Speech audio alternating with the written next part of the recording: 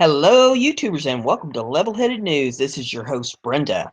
I have 9 articles for you in this episode, and all these URLs are in the description of the video for your convenience.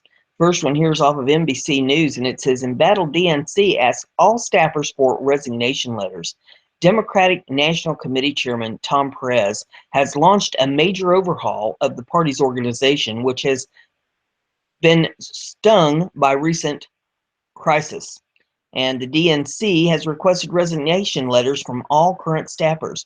Party staff routinely see major turnover with a new boss, and they have been alerted to expect such a move. However, the mass resignation letters will give Perez a chance to completely remake the DNC's headquarters from scratch. Already reached unusual lows following a round of post-election layoffs in December.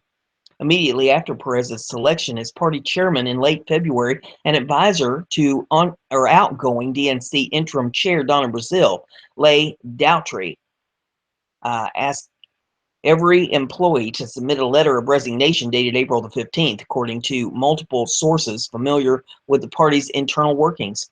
A committee advising Perez on the transition is now interviewing staff and others as part of a top-to-bottom review process to decide not only who will stay and who will go, but how the party should be structured in the future. Major staffing and organizational changes will be announced in coming weeks, one aide said.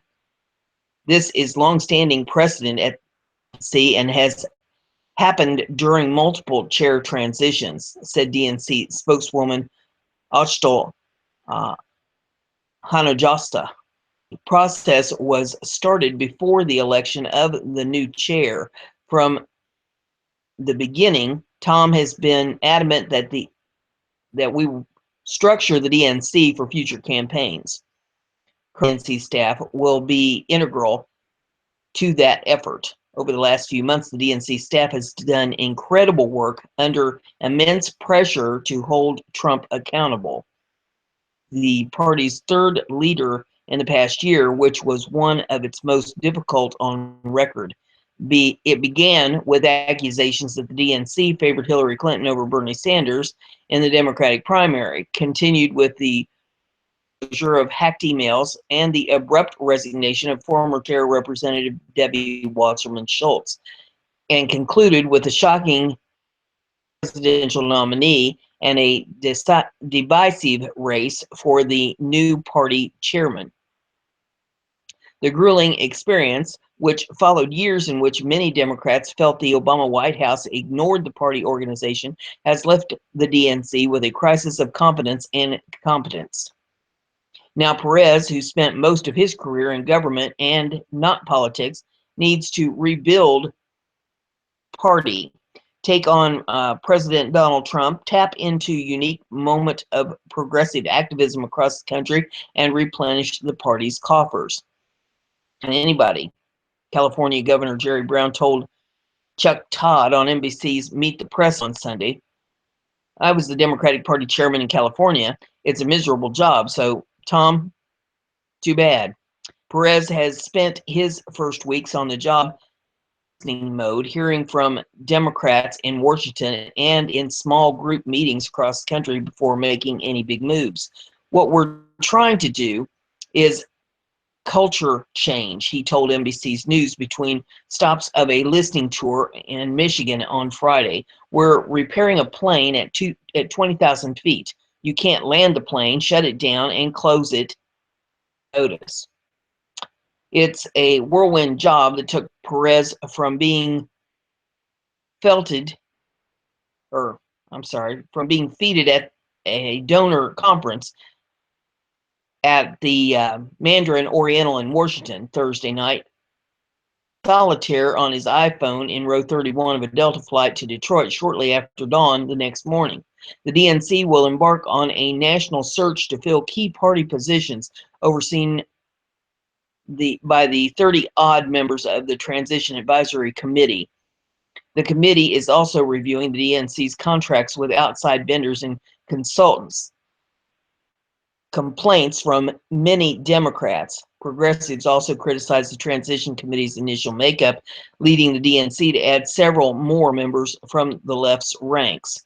Earlier this month, Perez held a meeting to discuss the issue with Senate Minority Leader Chuck Schumer and Sanders, both of whom supported Representative Keith Ellison in the DNC chair race.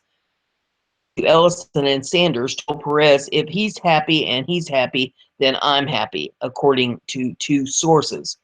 Perez has included Ellison in many of the DNC's public events so far, but the party's charter is for a deputy chair, so Ellison does not have vote on the DNC. That could be fixed by naming the Minnesota congressman to one of the 75 slots the chairman gets to appoint to the National Committee. Ellison's political director has also been helping to oversee staffing decisions in some key departments in the DNC, according to several sources. Is off of Western Journalism. It says leaked docs show FBI and SPLC infiltrated group in Oklahoma bombing case. The 5th of 1996. Teletype to select FBI field. Whoops, it jumped on me. Hang on. It's getting jumpy here. In 1996, teletype to select FBI field offices. FBI Director Louis French revealed that the Southern Poverty Law Center, the radical left-wing group run by civil rights lawyer Morris Dees, had an informant living in the Elohim City, I think it's called, a white supremacist compound whose inhabitants have been closely linked to the Oklahoma City bombing. And that informant was dutifully reporting to Bill Clinton's FBI. To SALT, and there's a link to read the rest of that post. But let's see here. Thanks to Salt Liddy, man, you'd think I'd been drinking tonight. Thanks to Salt Lake City Attorney Jesse Trentadue that we have this information, which proves the SPLC was engaged in an undercover role where they monitored subjects for the FBI believed to be linked to Tim McVeigh.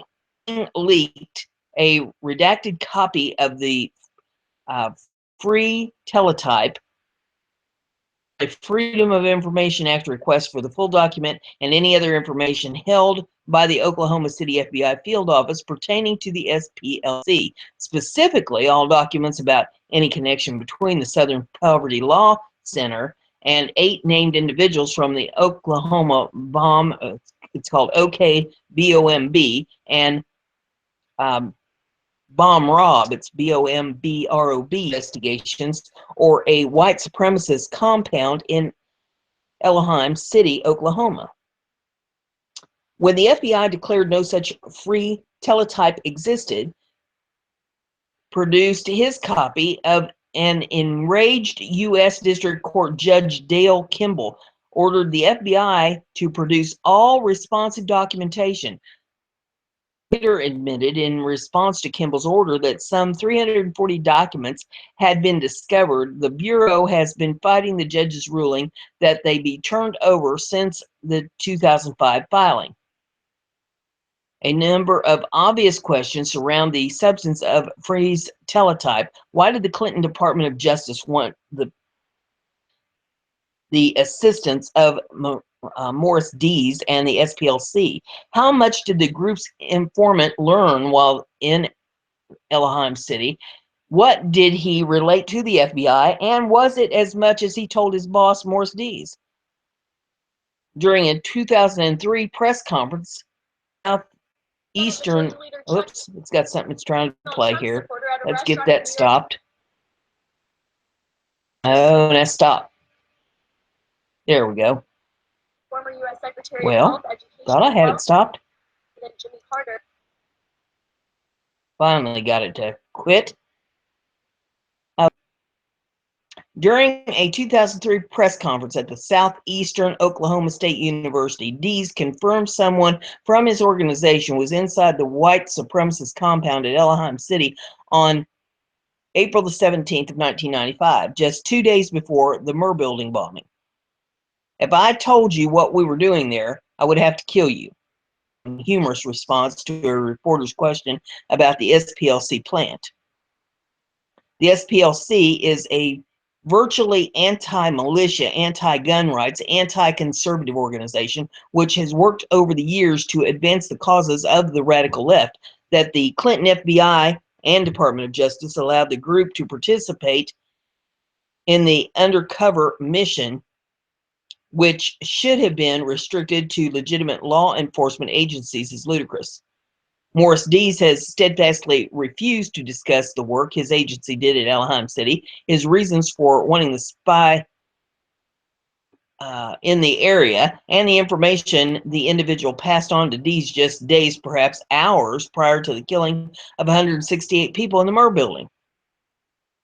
I suggest both Dees and his agent knew of the imminent bombings and did nothing to help prevent it.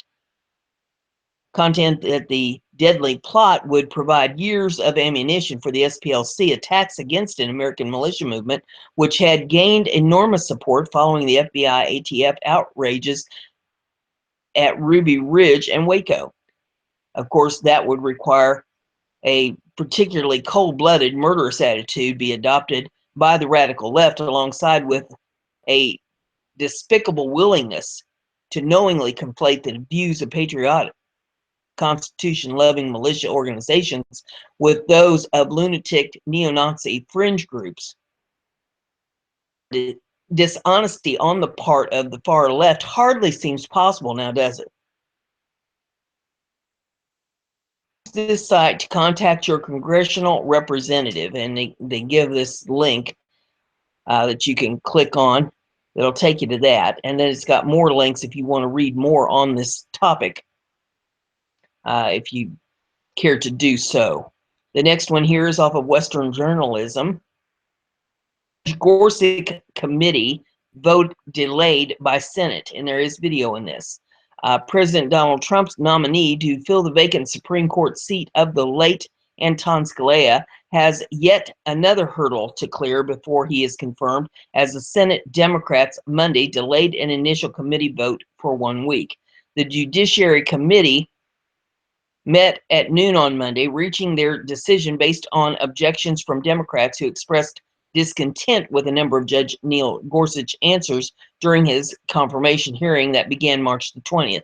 The decision follows statements from Senate Minority Leader Chuck Schumer, who said a delay is necessary due to the FBI's ongoing investigation into connections between the Trump campaign and Russia.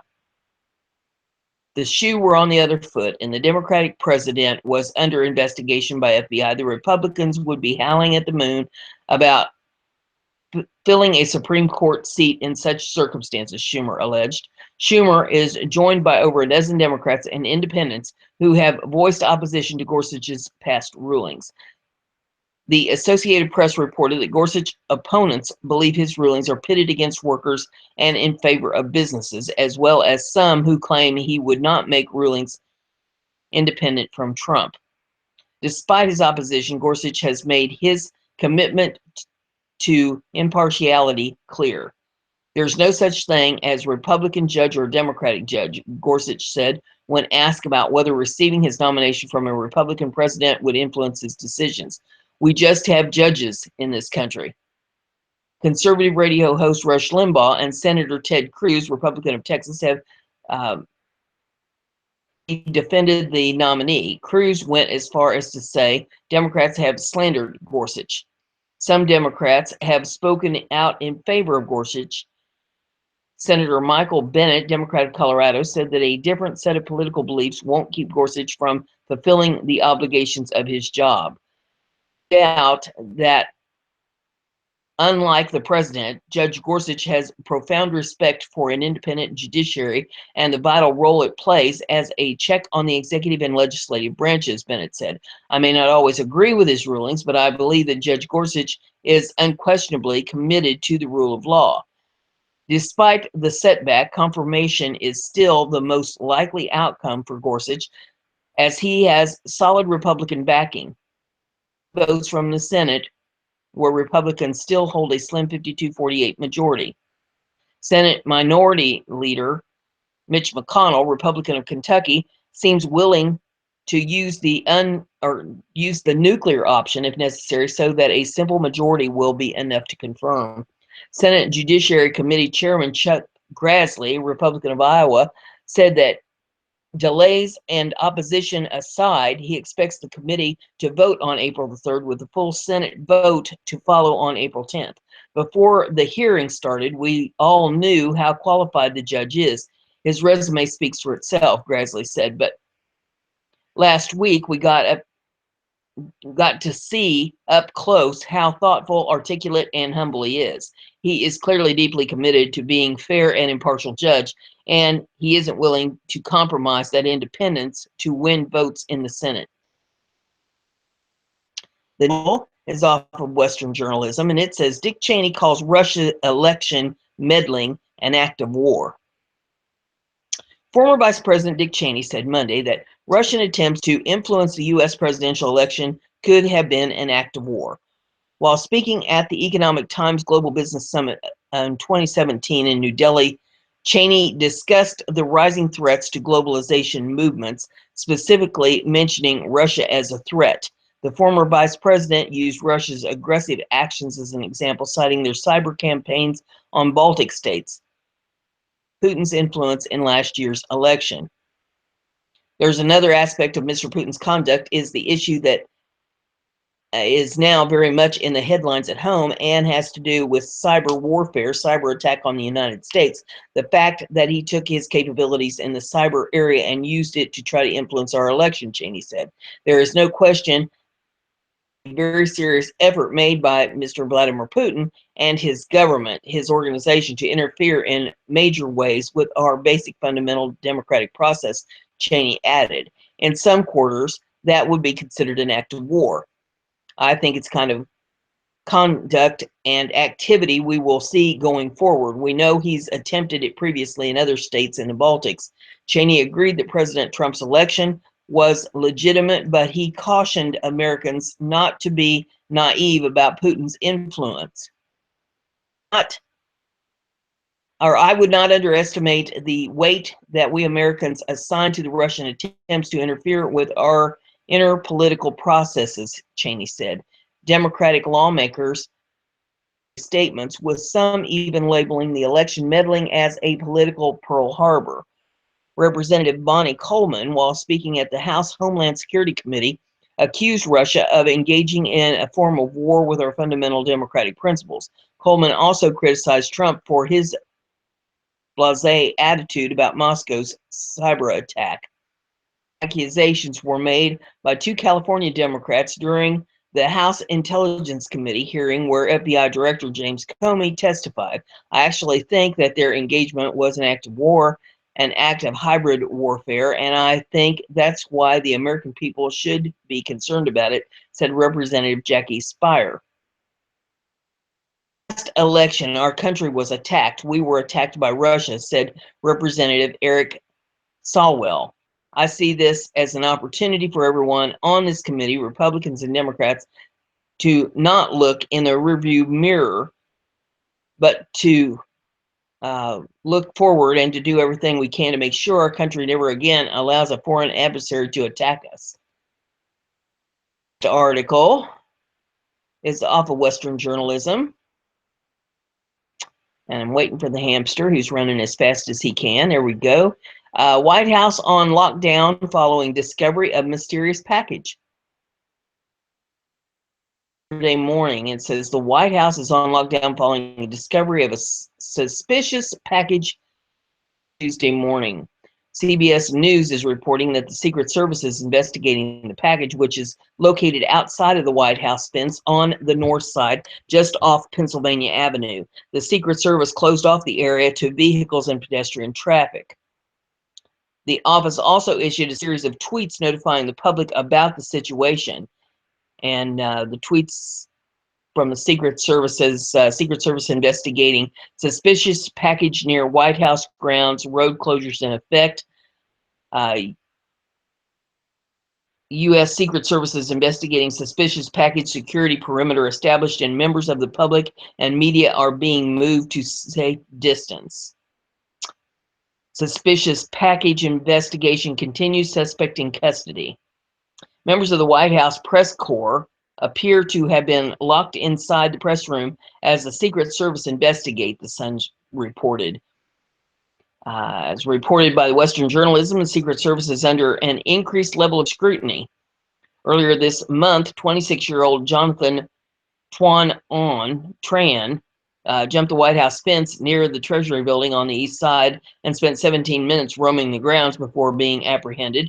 Representative Jason Chavez, Republican of Utah, chairman of the Government Oversight Committee, openly criticized the Secret Service's actions. It was even worse than I thought, he told TMZ, noting how long Tran was on the White House grounds without being detected. Both the head of the Secret Service and the Secretary of Homeland Security informed the congressman of big changes being afoot. The Washington Examiner reported that the Secret Service is slanted to get a new director as early as this week who will be from the outside of the ranks. Homeland Security Secretary John Kelly is expected to tap a fellow retired general to lead the Secret Service with a mandate to bring reform to the agency, which has been plagued by scandals and low morale in recent years. The next article is off of Liberty Headlines, and it says, reporters ignore FBI stonewall to pursue ludicrous scandal.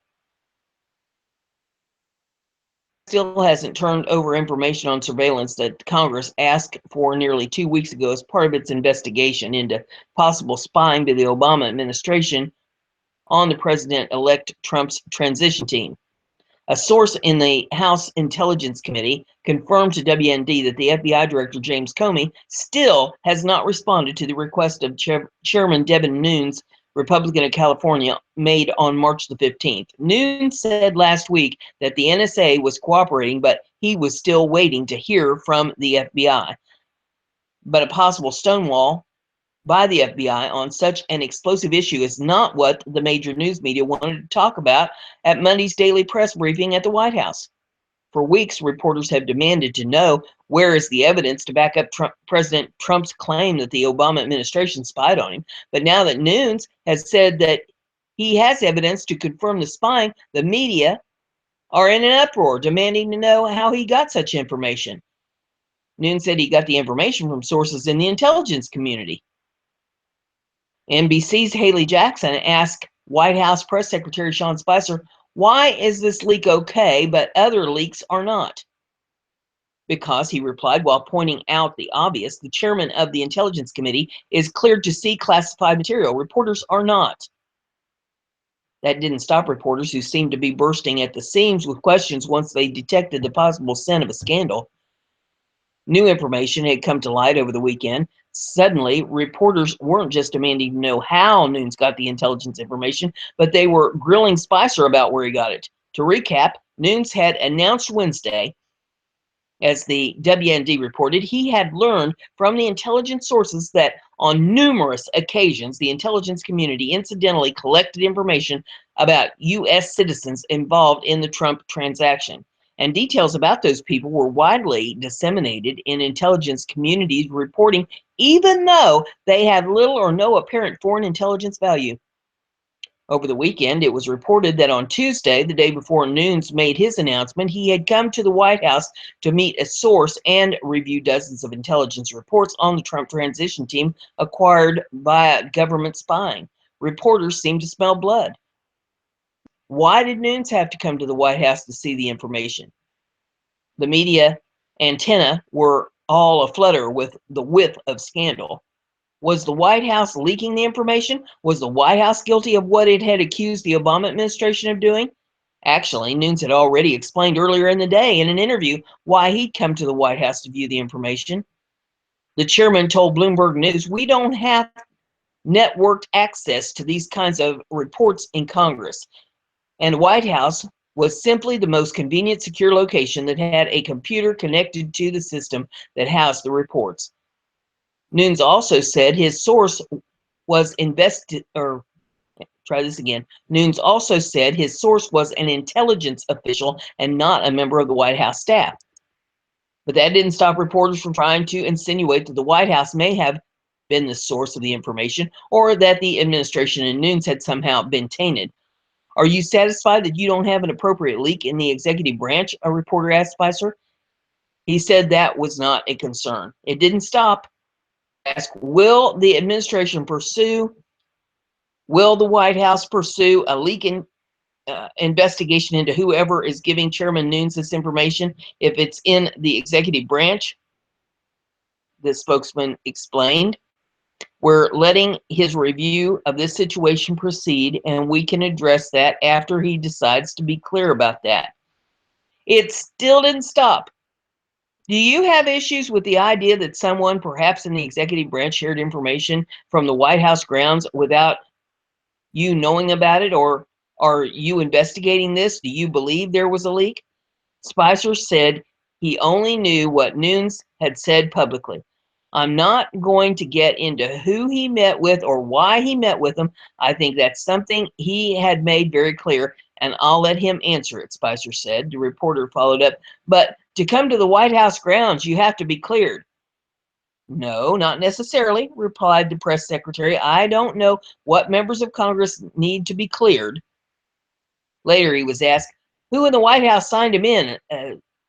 Essentially, to be able to, Spicer interjected, I don't know that you have to. I'll be glad to check on that. I'm not sure that's how it works, but I will follow up on that point.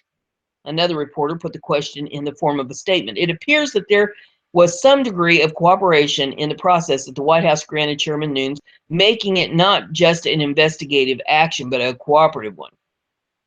Number one, replied the press secretary, we've asked both of these entities, both the House and the Senate Intelligence Committees, to undertake this review.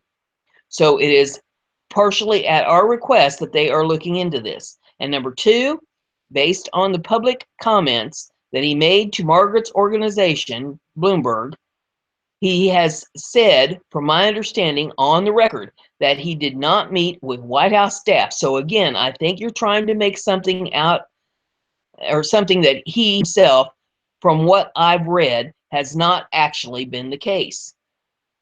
Still focusing on the messenger over the message, another reporter asked, is your position that the White House is not going to look into where he got the information from or who gave him the information until his investigation is complete? Spicer patiently answered yet again, I'm not aware of where he got it from. I know his public statements he's talking about have multiple sources. He added, I think that at this point, the goal would be to wait until the review that he is undertaking is complete. And still trying to tie the White House into the source of Nunes' information, a reporter asked, why would Nunes need to brief the president on documents he viewed on White House grounds? By now getting a bit fed up, poor Sean, Spicer replied, because that's a big assumption that you're making. That's that's the only thing. As I said just a second ago, he's had multiple sources on multiple topics. We don't know what he's briefed him on in its totality. And so to jump to that conclusion is frankly irresponsible.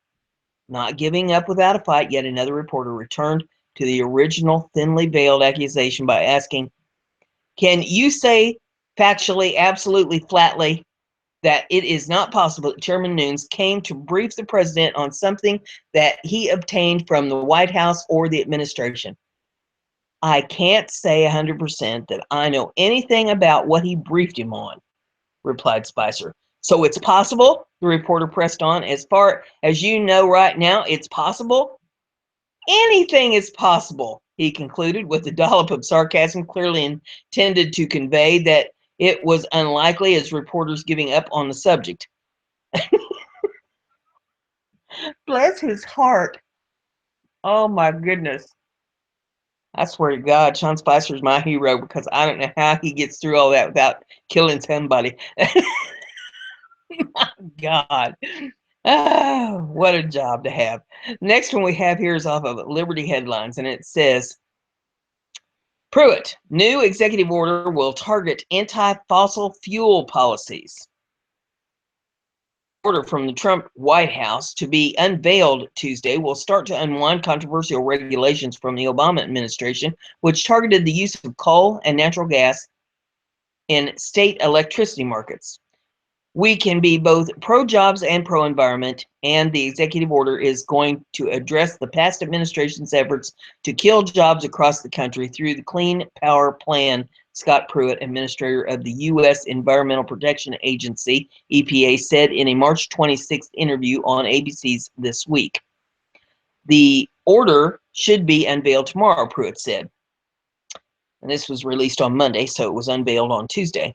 The Clean Power Plan, or CPP, was finalized by the Obama EPA in 2015. It would require states to cut carbon dioxide emissions from coal and natural gas-fired power plants and use more expensive energy sources like wind and solar. The CPP was developed after President Barack Obama preferred program legislation in establishing a cap and trade system for carbon dioxide failed to pass a Congress controlled by Democrats in 2010.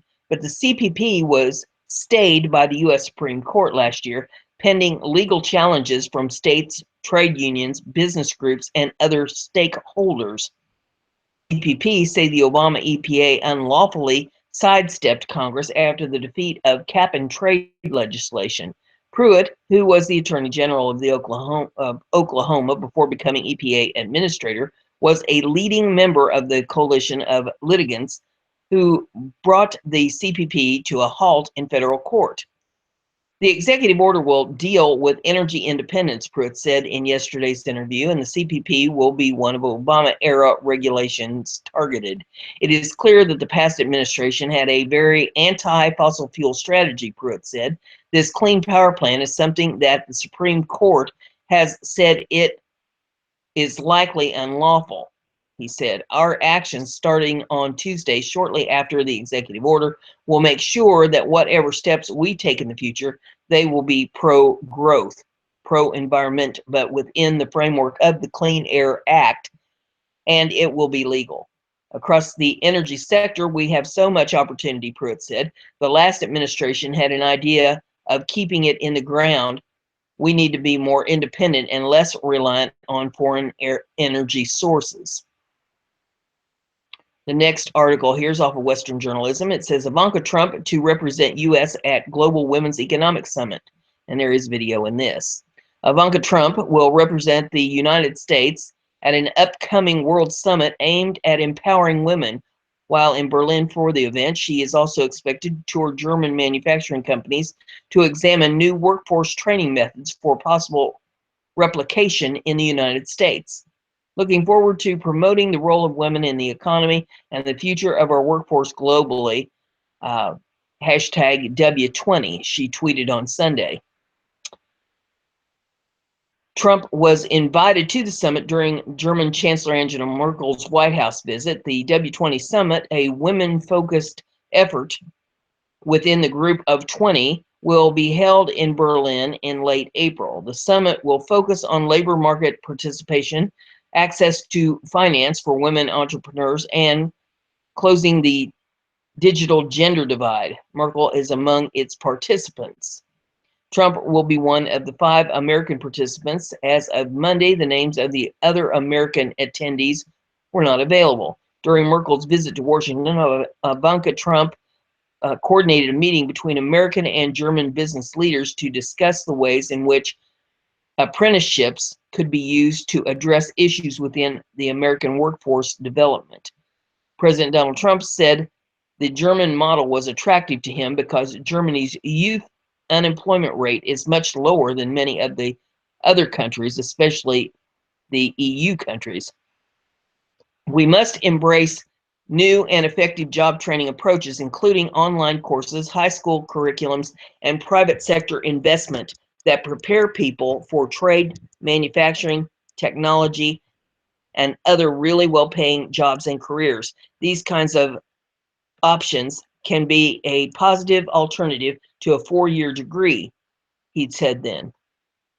The German apprenticeship model is one of the proven programs to developing a highly skilled workforce. Germany has been amazing at this, and I'm glad that the leaders of so many companies represented today have recently launched successful programs right here in the United States. And we need that because we're training people as the jobs are pouring back in, and they are coming back in big league, the president added. After the meeting, Ivanka Trump said American and German executives would prepare a report to outline how Germany and the United States could collaborate on workforce training models. The meeting was focused upon a German training model in which academic training is merged with apprenticeship. German executives then extended an invitation to Ivanka to observe their programs in action. The president's eldest daughter, who has a West Wing office, is not a salaried White House employee, but is serving as a representative for issues related to women and the workforce. The next article is off of Conservative Tribune. Democratic Baltimore mayor vetoes bill that would raise minimum wage to $15. A Democrat-controlled city just sent a surprising message to the fight for $15 after its mayor refused to significantly raise the minimum wage. According to WBAL-TV, Baltimore Mayor Catherine Pugh announced Friday she is vetoing a city council plan that would hike the city's minimum wage to $15 by 2022. The Baltimore Sun reported that the mayor had serious concerns about the cost of the plan and the unemployment it might cause. The city council can override the veto if 12 of the 15 city council members vote to override, but at least one of the 12 members that originally supported it said he would not override Pugh's veto. The staggering cost was one reason that Pugh decided to veto the bill. Her administration estimated that it would cost the city $116 million over the next 7 years, part of which would be higher wages for city workers. The city already has a $20 million deficit and a $130 million shortfall for its public schools, which led Councilman Edward Risinger.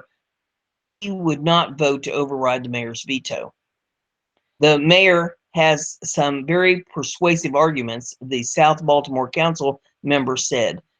Baltimore City doesn't have a money tree. Another fear was the fact that jobs would flee outside the city, making unemployment a bigger problem for Baltimore. I believe it is in the best interest of the city that we follow the state, Pugh said. The state of Maryland is raising its minimum wage to $9.25 on July the 1st. 1 year after that, it will rise to $10.10. It's surprising to see Democrats come around to the cold, hard realities of the minimum wage. However, I'm certainly not complaining, and Baltimoreans shouldn't either. We've seen time and time again how these fight for $15 campaigns end, with automation, lost jobs, and small businesses being squeezed out. We support Baltimore's decision. Let's hope other cities have similar good sense not to put the burger flippers out of business by ceding to their demands. That's all I have for you in this episode. If you like what I'm doing here, give it a thumbs up. Share it on your social media so everybody gets to hear the news. Don't forget to subscribe. That way you'll stay informed. I'll see you in the next one.